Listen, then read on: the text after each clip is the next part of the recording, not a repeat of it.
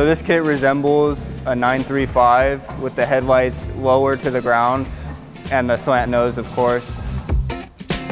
The kit's been going well, but there is a lot of modification that I've had to do so far. So there's been a lot of, outside the box thinking that we've had to do. This kit also, along with the wide body and slant nose, we have a huge spoiler, 935 style. So that's gonna look cool. We still have to mock that up and get it fitted right to the rear lid.